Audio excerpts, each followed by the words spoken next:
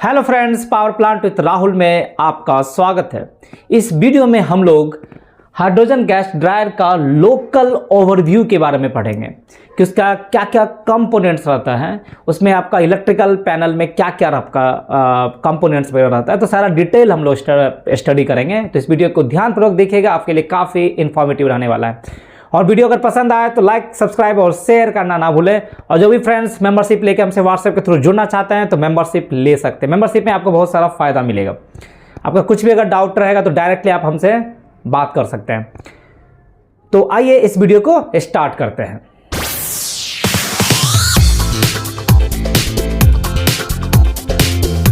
तो friend, hydrogen gas dryer जो होता है टोटल दो रहता है।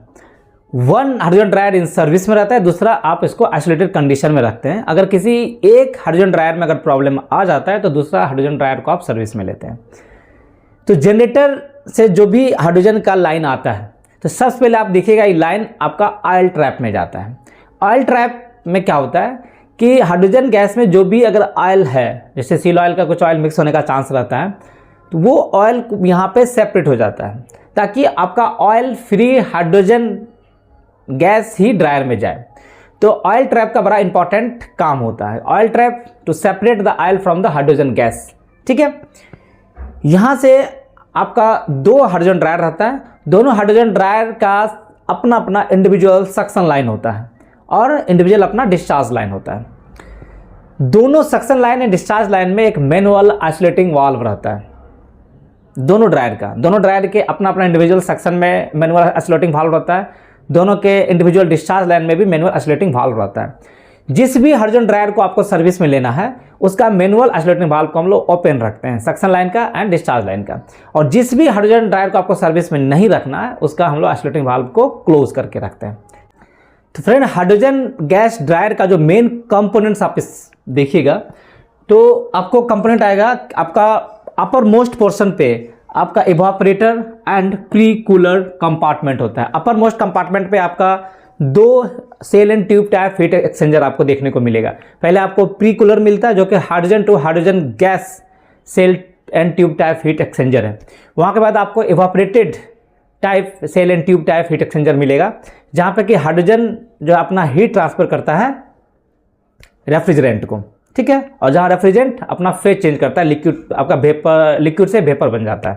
ठीक है, तो अपर मोस्ट कंपार्टमेंट में आपका दो हीट एक्सचेंजर रहेगा। एक आपका प्री कूलर हीट एक्सचेंजर रहता है, दूसरा इवापोरेटेड और चिलर आपको रहेगा।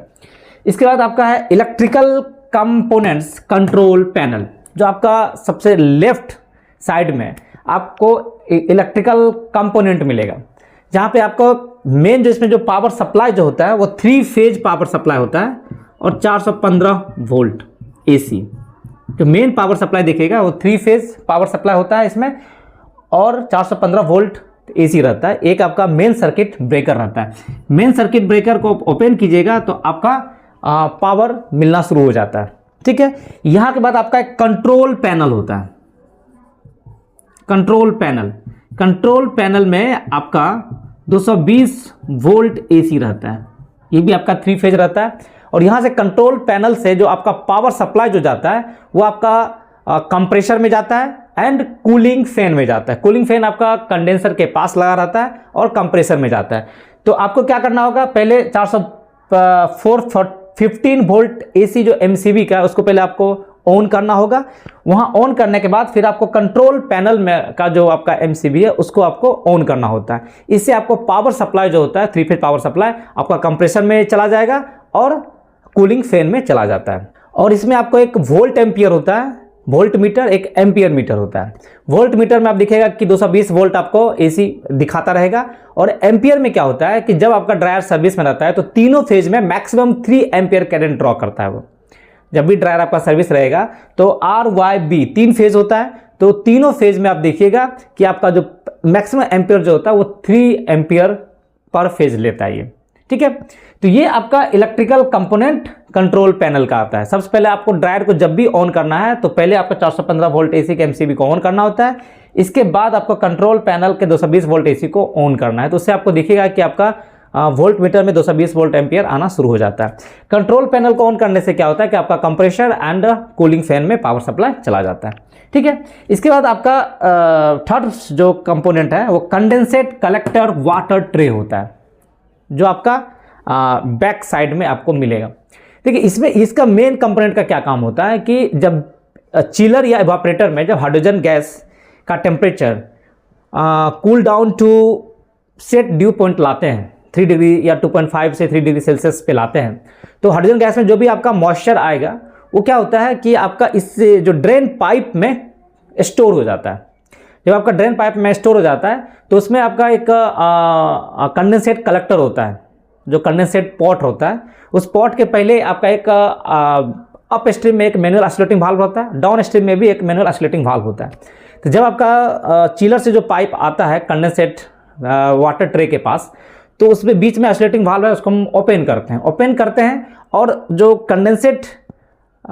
कंडेंसेट कलेक्टर के डाउन स्ट्रीम में जो ऑसिलेटिंग वाल्व है उसको हम लोग क्लोज रखते हैं। तो पहले अप साइड में जो मैनुअल ऑसिलेटिंग वाल्व है उसको ओपन करेंगे। ओपन करने से आपका जो चिलर के पाइपलाइन में जो कंडेंसेट स्टोर हुआ था वो आपका कंडेंसेट पॉट में आ जाएगा, वाटर ट्रे में आ जाता है। जो आपको वहाँ पे एक व्यू ग्लास भी रहता है, व्यू ग्लास से आप देख सकते हैं कि वहाँ पे कितना आपको पानी स्टोर हुआ है। वहाँ के बाद फिर अपर साइड वाला को क्लोज कीजिए और डाउन स्ट्रीम वाला जो मैनुअल ऑसिलेटिंग वाल्व है उसको ओपन करते हैं। ओपन करने से आपका मॉइस्चर वहाँ से निकल जाता है। तो ये आपका मेन कंपोनेंट है। फिर आपका है refrigeration circuit component. Refrigeration circuit component में आपका वेरियस कंपोनेंट होता है, जैसे आपका कंप्रेसर रहता है, आपका HPLP कट आउट रहता है कि कंप्रेसर को लो प्रेशर में भी कट आउट कर देगा एंड हाई प्रेशर अगर जैसे ही बढ़ेगा तो कट आउट कर देता है। फिर आपका एक्यूमुलेटर रहता है, फिर आपका लिक्विड रिसीवर रहता है, फिर आपका एक्सपेंशन वाल्व या कैपिलरी ट्यूब रहता है, उसके बाद आपका कंडेंसर रहता है, कूलिंग फैन रहता है। तो ये सारा कंपोनेंट्स है। देखिए फ्रेंड्स, मैंने एक वीडियो अपलोड किया है जिसमें आपको सारा हाइड्रोजन सर्किट का डायग्राम एंड रेफ्रिजरेशन सर्किट का डायग्राम का डिटेल मैंने लाइन डायग्राम के साथ आपको मैंने बताया है। कृपया हमारे चैनल के प्लेलिस्ट जनरेटर गैस सर्किट पे जाएं, वहाँ पे आपको हाइड्रोजन ड्रायर का आपको सारा डायग्राम मिल जाएगा, आप वहाँ पे इस वीडियो को देख सकते हैं। ठीक है, तो ये मेन सब कंपोनेंट आपका लोअर बेस पे बाउंडेड रहता है।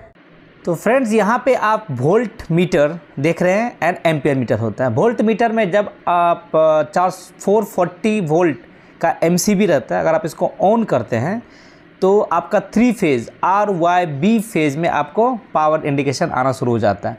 उसके बगल में आपका देखिएगा कंट्रोल पैनल रहता है। कंट्रोल पैनल को जैसे आप ऑन करते हैं तो 240 वोल्ट का पावर सप्लाई शुरू हो जाता है। तो वोल्ट मीटर में आपका 220 वोल्ट आपको दिखाता रहेगा और एम्पियर मीटर में जब आपका कंप्रेसर सर्विस में रहेगा तो 3 एम्पियर लेगा। जब कंप्रेसर सर्विस में नहीं रहता है, सिर्फ फैन कूलिंग फैन सर्विस में रहेगा तो 0.3 एम्पियर आपका लेता रहता है। तो ये आपका दोनों देख रहे हैं MCB है।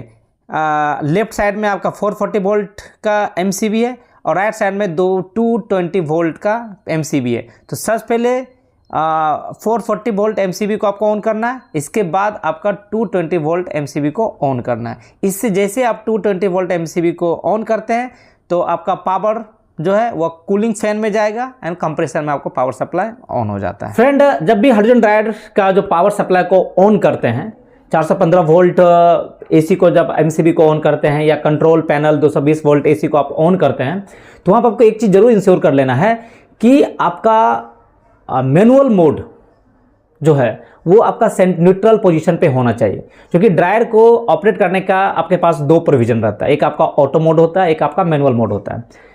तो आप मैनुअल मोड में क्या होता है कि अगर आप उसको न्यूट्रल में रखते हैं तो ना आपका मैनुअल मोड है ना आपका ऑटो मोड है। जैसे आप इस नोब को ऊपर रखते हैं तो मीन्स मैनुअल मोड हो जाता है, न्नीचे करते हैं तो आपका ऑटो मोड हो जाता है।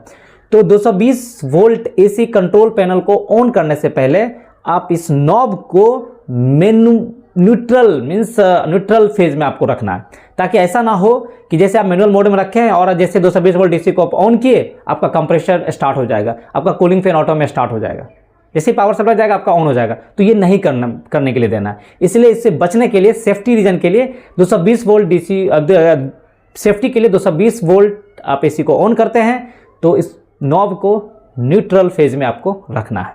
फ्रेंड, जब हाइड्रोजन ड्रायर का फ्रंट साइड से आप देखते होंगे तो आपको कुछ कुछ पैनल में आपको कंपोनेंट्स दिखता होगा। जैसे आपको सबसे टॉप में आपको दिखता होगा इवोपरेटर टेम्परेचर कंट्रोल। देखिए इसका बड़ा इंपॉर्टेंट फंक्शन है। इसमें क्या होता है आपका कि हम लोग set dew point temperature set करते हैं। जैसे आप 2.5 डिग्री सेल्सियस आप सेट कर सकते हैं, 3 डिग्री सेल्सियस आप सेट कर सकते हैं।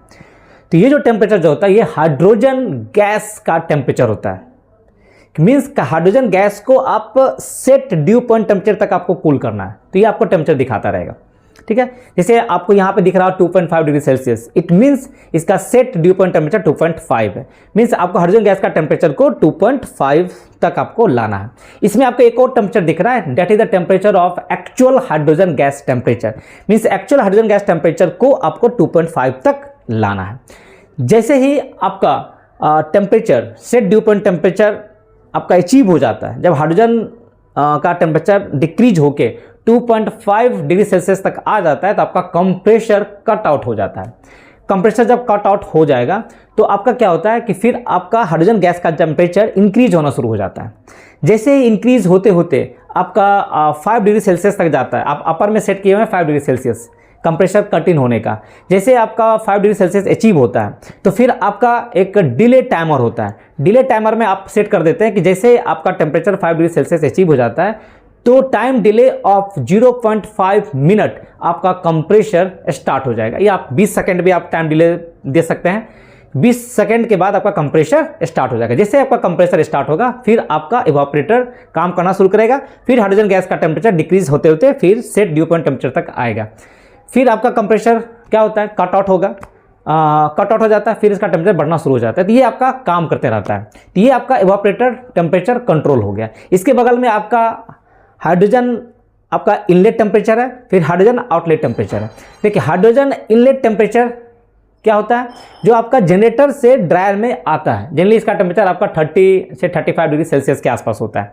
जनरेटर आउटलेट टेम्परेचर का इंडिकेटर है जो आपको जनरेटर में इन हो रहा है। मीन्स ड्रायर से जो H2 हाइड्रोजन गैस आउट हो रहा है इसका टेम्परेचर जनरली आपको 25 डिग्री सेल्सियस के आसपास दिखाएगा।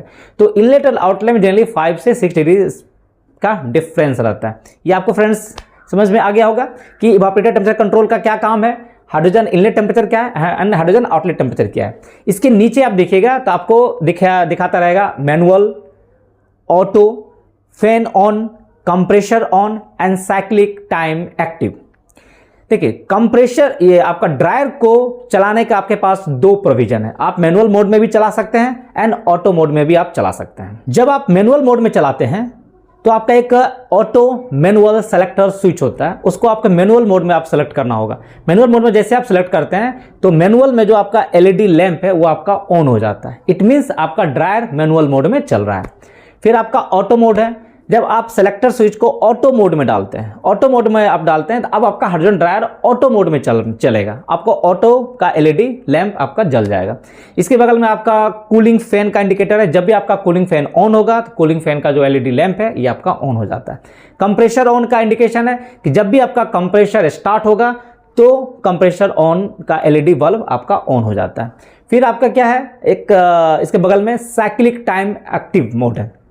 ये साइक्लिक टाइम एक्टिव मोड जो होता है वो आपका ऑटो मोड के लिए है कि जब आपका ऑटो मोड में आप ड्रायर को चलाते हैं तो ये साइक्लिक टाइम जो होता है जो आप सेलेक्ट करते हैं कि इतना से इतना आवर में आपका ड्रायर सर्विस में रहेगा, इतना से इतना आवर के बीच आपका ड्रायर बंद रहेगा, तो ये आप चूज करते हैं। इसके हिसाब से जब आप सेट करते हैं तो ऑटो मोड में इसी साइक्लिक टाइम के हिसाब से आपका ड्रायर सर्विस में रहेगा। तो जब आपका ऑटो मोड में चलेगा तो साइकिल टाइम एक्टिव रहता है।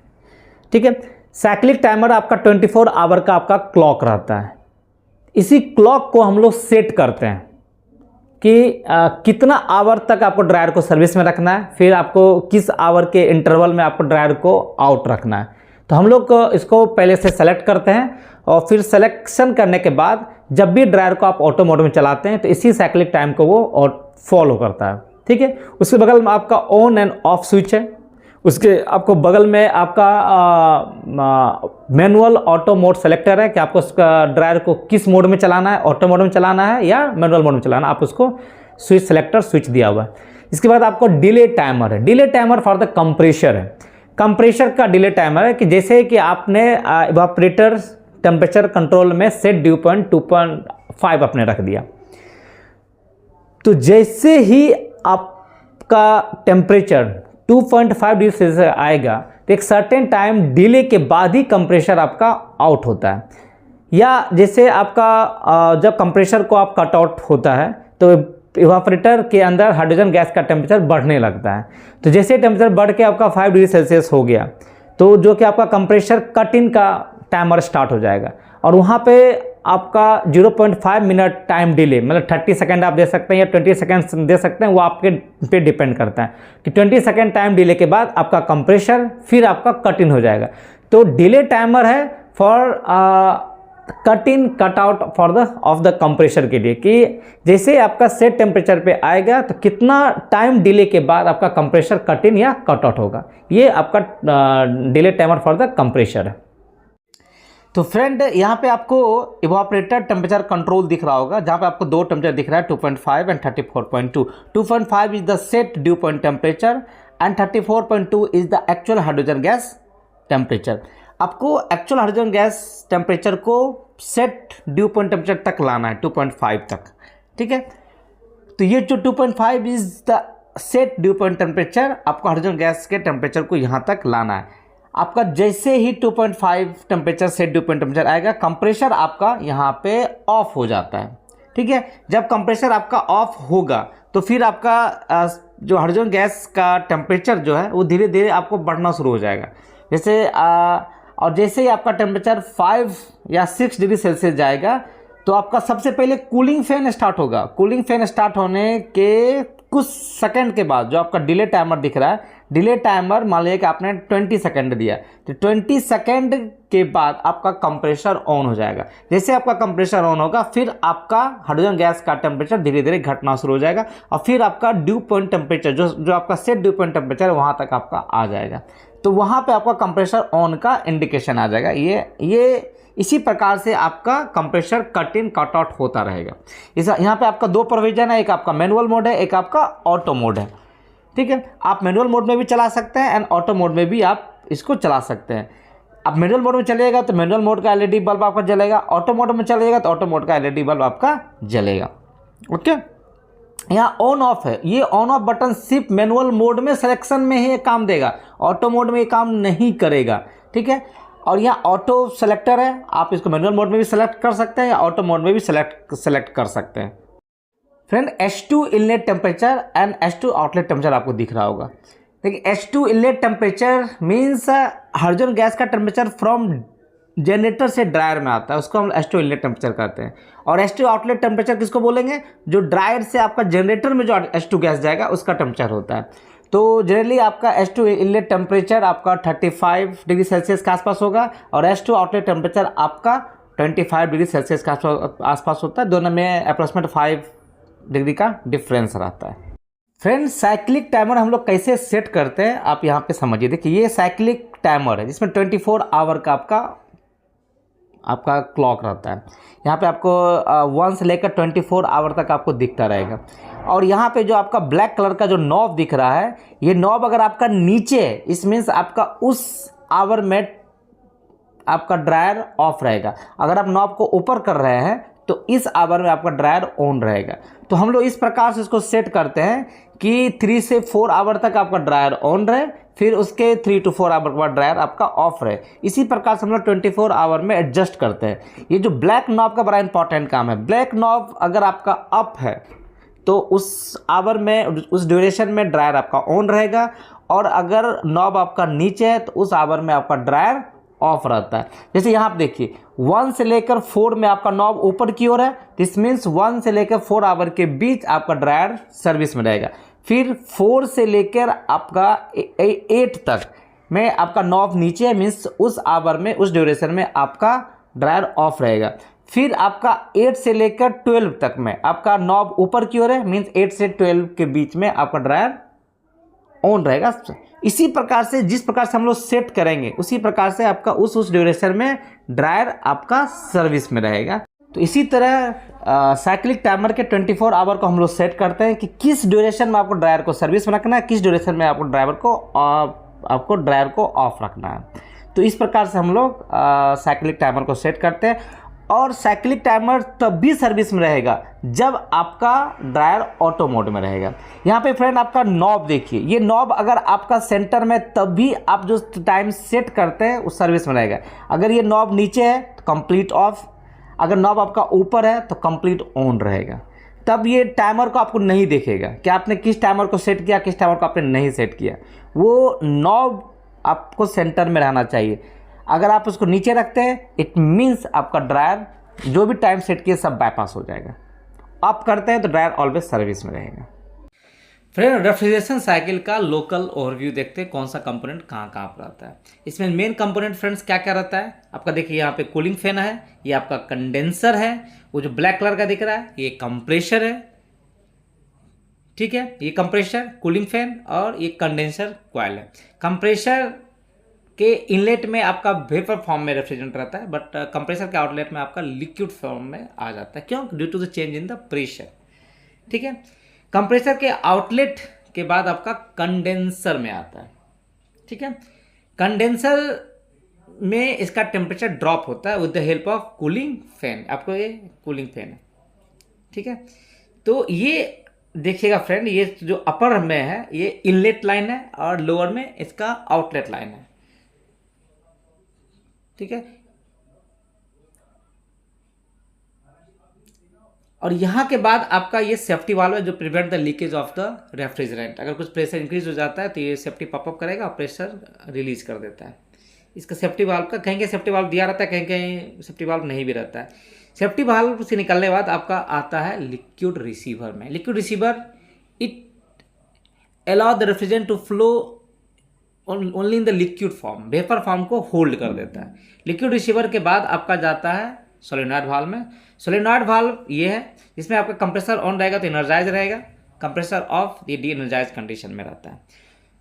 सोलेनॉइड के बाद आपको इसी ब्लैक कलर से आपका एक्सपेंशन वाल्व या कैपिलरी ट्यूब में जाता है, इसी से आपका ऊपर तरफ जाता है। अपर कंपार्टमेंट में आपका एक्सपेंशन वाल्व या कैपिलरी ट्यूब रहता है, पतला पतला सा लाइन रहेगा। और उसके बाद चिलर में जाता है। चिलर के इनलेट में रेफ्रिजरेंट आपका लिक्विड फॉर्म में रहता है, बस चिलर से जब बाहर निकलता है तो वेपर फॉर्म में रहता है, क्योंकि वो टेम्परेचर गेन करता है और वो फेज चेंज होता है, प्रेशर बन जाता है। फिर इसी ब्लैक लाइन से आपका निकलता है, इसी ब्लैक लाइन से आपका नीचे, ब्लैक कलर से ऊपर भी जा रहा है, ब्लैक कलर से नीचे भी आ रहा है। यहाँ से जाने के बाद आपका चला जाता है एक्यूमुलेटर में। एक्यूमुलेटर क्या करता है, बड़ा इंपॉर्टेंट काम है, आपको दिख रहा होगा फ्रेंड ये एक्यूमुलेटर सिर्फ वेपर फॉर्म को ही अलाउ करेगा आगे, क्योंकि कंप्रेसर के इनलेट में आपको रेफ्रिजरेंट सिर्फ वेपर फॉर्म में चाहिए, लिक्विड फॉर्म में नहीं चाहिए। तो ये लिक्विड रेफ्रिजरेंट को होल्ड करेगा, वेपर फॉर्म वाले को ही अलाउ करेगा कंप्रेसर के इनलेट में जाने के लिए। कंप्रेसर में आपका सक्शन साइड में भी प्रेशर गेज रहता है एंड डिस्चार्ज साइड में भी आपका प्रेशर गेज है। दो प्रेशर गेज फ्रेंड दिख रहा होगा। इसमें HP LP प्रोटेक्शन भी दिया हुआ है। अगर सक्शन प्रेशर आपका जनरली 10 PSI से कम रहेगा तो कंप्रेसर को ट्रिप करा देगा। अगर कंप्रेसर का डिस्चार्ज प्रेशर अगर 350 PSI से ज़्यादा होगा तो आपको कंप्रेसर को ट्रिप करा देगा। तो ये प्रेशर गेज है, ये suction pressure gauge and discharge pressure gauge, और ये आपका HP LP प्रोटेक्शन दिया हुआ है कंप्रेसर का। तो फ्रेंड आपका ड्रायर को ऑपरेट करने के लिए आपके पास दो प्रोविजन है। आप मैनुअल मोड में भी चला सकते हैं एंड आप ऑटो मोड में भी चला सकते हैं। मान लीजिए कि आपको मैनुअल मोड में चलाना है, मैनुअली चलाना है, तो आपको क्या करना होगा, सेलेक्टर स्विच में आपको मैनुअल मोड सेलेक्ट करना होगा। जब आप कंप्रेसर को मैनुअल मोड में चलाते हैं तो hydrogen dryer has a provision to operate manually without cyclic timer. जो टाइम स्विच है, जब मैनुअल मोड में आप सेलेक्ट करते हैं तो आपका जो साइक्लिक टाइमर का यूज नहीं होता है। साइक्लिक टाइमर का यूज सिर्फ ऑटो मोड के लिए होता है। तो इसमें इस मोड में आपको क्या करना है कि ड्रायर को स्टार्ट करने के लिए आपका पुश बटन दिया रहता है। आप पुश बटन को पुश टू स्टार्ट है, जैसे आप पुश बटन को प्रेस करते हैं तो आपका ड्रायर स्टार्ट हो जाता है। ड्रायर स्टार्ट होने का मतलब क्या होता है कि जैसे आप पुश बटन स्टार्ट करते हैं तो सबसे पहले आपका कूलिंग फैन का मोटर स्टार्ट हो जाता है। कूलिंग फैन है जो कि आपका कंडेंसर के पास लगा रहता है, कूलिंग फैन, ये आपका स्टार्ट हो जाता है। लेकिन अभी आपका कंप्रेसर स्टार्ट नहीं होगा। कंप्रेसर आप एक सर्टेन टाइम डिले, जो कि आपका टाइम डिले में सेट टेम्परेचर, सेट टाइमर है, उसके बाद ही आपका कंप्रेसर स्टार्ट होता है। तो फैक्ट्री आपका सेट रहता है 0.5 minute means 30 second. 30 second from the start time of the cooling fan.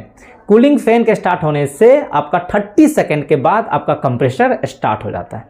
ये आपका टाइम डिले। आप इस टाइम को आप चेंज कर सकते हैं एज पर योर रिक्वायरमेंट। कि आप सोच रहे हैं कि 10 सेकंड में ही कंप्रेसर स्टार्ट हो जाए, तो आपको टाइम डिले में 10 सेकंड डालना होगा, तो आपको 10 सेकंड में ही कंप्रेसर स्टार्ट हो जाता है। जैसे आपका कंप्रेसर स्टार्ट होगा मीन्स आपका इवापोरेटर चिलर काम करना शुरू कर देगा।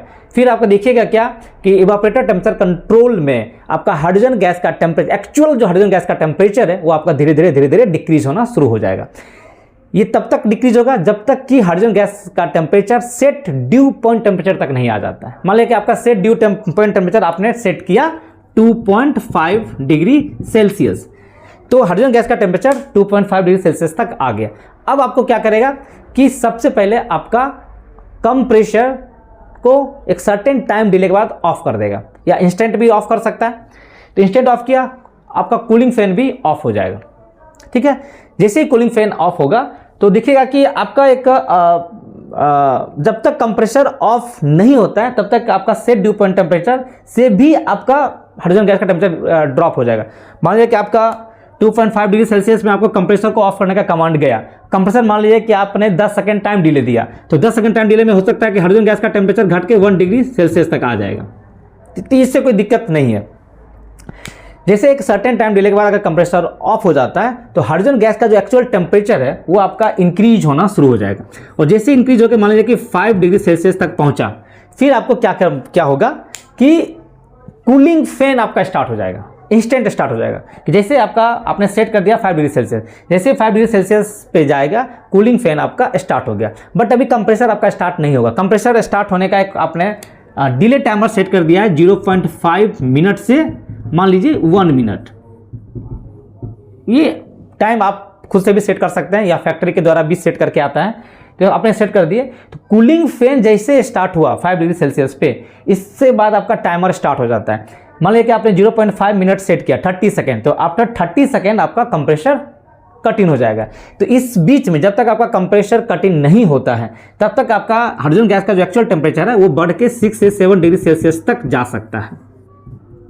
ठीक है, फिर आपका कंप्रेसर स्टार्ट हुआ। कंप्रेसर स्टार्ट होने के बाद फिर हाइड्रोजन गैस का जो एक्चुअल टेम्परेचर है फिर आपका ड्रॉप होना शुरू हो जाएगा। फिर ड्रॉप होते होते फिर आपका जो सेट ड्यू पॉइंट टेम्परेचर है 2.5 डिग्री सेल्सियस यहाँ पे जाएगा, फिर आपका कंप्रेसर कट आउट होगा। तो ये आपको साइकिल रिपीट होते रहेगा। आपका कंप्रेसर का cut in and cut out आप सेट कर देते हैं कि 2.5 degree Celsius and 5 degree Celsius, इसके बीच आपको कट इन कट आउट होता रहेगा। जनरली आपको 3 डिग्री सेल्सियस आने में 2 to 3 मिनट लगता है, आपका तुरंत टेम्परेचर आ जाता है। तो अगर आपको मैनुअल मोड में चलाना है तो मैनुअल मोड में आपका चलता रहता है। और फ्रेंड जब आप इसको ऑटो मोड में चलाते हैं, ऑटो मोड में जब आप ड्रायर को चलाते हैं तब यहाँ पे जो आपका साइक्लिक टाइमर होता है ये इफेक्टिव हो जाता है। और साइक्लिक टाइमर में जो आप टाइमर सेट करते हैं, क्लॉक होता है 24 आवर का क्लॉक होता है, इसमें आप सेट करते हैं कि जैसे मान लीजिए कि आप 1 से लेकर 4 आवर तक आपका ये ऑन रहेगा, आपने सेट किया। फिर 4 से 8 आवर तक मान लीजिए ये ऑफ रहेगा। फिर 8 से 12 आवर तक ऑन रहेगा। इस प्रकार से आप 24 आवर का एक आप शेड्यूल बना देते हैं कि आपको कितना आवर के बीच आपको ड्रायर को ऑन रखना है, किस आवर के बीच ऑफ रखना है। तो जैसे आप इसको सेट कर देते हैं इसके हिसाब से ही आपका हाइड्रोजन ड्रायर सर्विस में रहेगा। कब? जब आप ऑटो मोड में डालते हैं। लेकिन आप मैनुअल मोड सेलेक्ट करते हैं तो फिर इस टाइमर का कोई काम नहीं रहता है। यही आपको अंतर है। आपका कंप्रेसर का कट इन कट आउट वैसा ही होता रहेगा जैसा कि आपका मैनुअल मोड में हो रहा था कि 2.5 डिग्री सेल्सियस पे आपका कंप्रेसर कट आउट होता है, फिर 5 डिग्री सेल्सियस के बाद with a certain time delay आपका कंप्रेसर ऑन हो रहा था। इस सेम वही चलता रहेगा। आपका मैनुअल मोड में भी वही फंक्शन करेगा, ऑटो मोड में भी वही काम करता है। सिर्फ अंतर क्या होता है कि जब आप ऑटो मोड सेलेक्ट करते हैं तो आपका साइक्लिक टाइमर स्टार्ट होता है। साइक्लिक टाइमर में आप 24 आवर का क्लॉक रहता है जिसमें आपको सेट करना रहता है कि किस आवर के बीच आपको ऑन रखना है, फिर किस आवर के बीच आपको ऑफ रखना है। इसके हिसाब से आपका ड्रायर सर्विस में रहेगा। मैनुअल मोड में आपका ये साइक्लिक टाइमर का कोई काम नहीं होता है।